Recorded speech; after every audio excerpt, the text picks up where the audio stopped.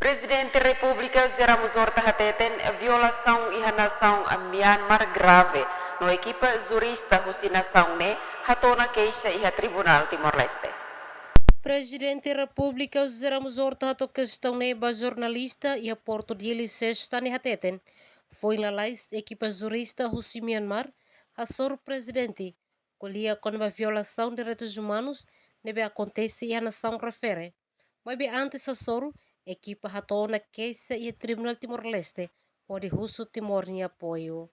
Posição Presidente da República nien ba situação Myanmar no insa atamba questão ne Presidente da República hateten situação e a Myanmar violação de direitos humanos grave.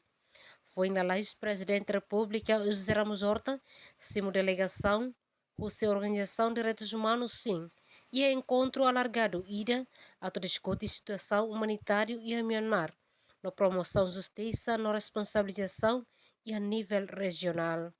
Sira é uma jurista, será parte do programa ainda com a justiça.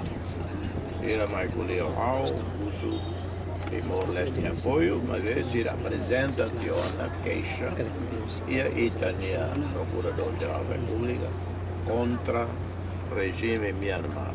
Então, estamos apresentando o direito internacional, direitos humanos, qualquer Estado democrático, belíssimo queixa contra Raíssa-Celo que viola direitos humanos.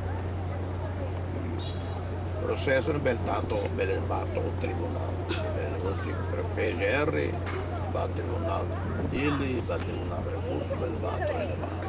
Durante o encontro, a delegação informa que se festado com o abuso sistemático ronar o reino terror.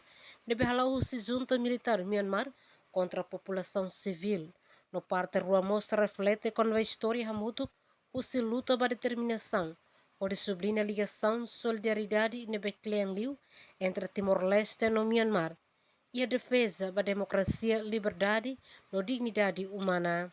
E a Loron Terça, grupo representa vítimas sira russo crime, atrocidade. Nebe acontece e a Myanmar, a toqueça criminal do Ministério Público Timor-Leste, no russo atoloca investigação. Emerenciana Pinto, STL News.